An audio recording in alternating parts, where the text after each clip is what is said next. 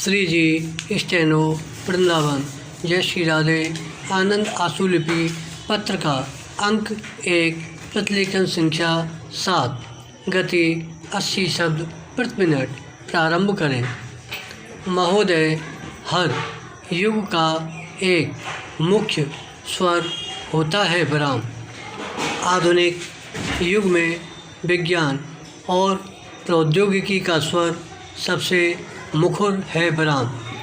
आज जिस वैज्ञानिक युग में हम रह रहे हैं, 17वीं शताब्दी के बाद उसके निर्माण में सबसे अधिक योगदान यूरोपीय देशों का है विराम।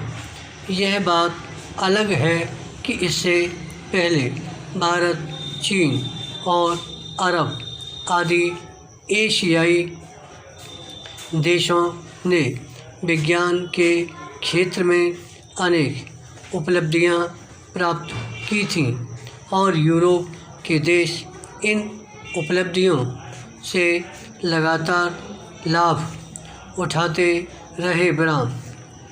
उल्लेखनीय है कि जब एशियाई देशों ने वैज्ञानिक प्रगति की थी तो विज्ञान व्यवसाय नहीं था, वरन उसे ज्ञान की ही एक धारा माना जाता था विराम।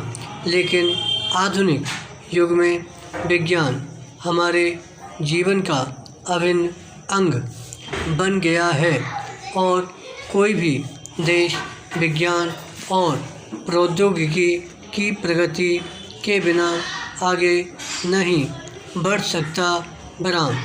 स्वतंत्रता से पूर्व ब्रिटिश शासन काल में अंग्रेजी न केवल शासन की भाषा थी, बल्कि ज्ञान विज्ञान की व शिक्षित व संपन्न समाज की भी भाषा थी विराम।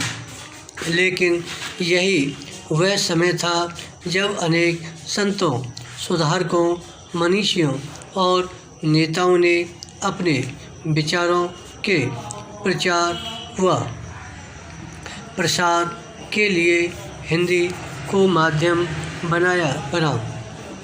अपनी दूरदर्शिता के कारण उन्होंने ऐसी भाषा को अपनी भावधारा के प्रचार का साधन बनाया जो सारे देश में बोली और समझी जाती थी विराम।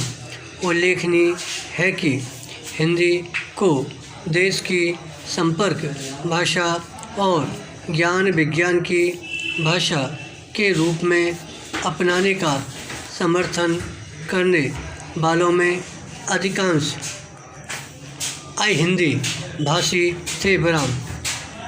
स्वतंत्रता संग्राम की इसी पृष्ठभूमि में भारत के स्वतंत्र होते ही भाषा के प्रश्न पर नए सिरे से विचार हुआ और हमारे राष्ट्र निर्माताओं ने बड़ी सूझबूझ के साथ संविधान में देश की 15 भाषाओं को शामिल किया और हिंदी को केंद्र की राजभाषा के रूप में स्वीकार किया विराम।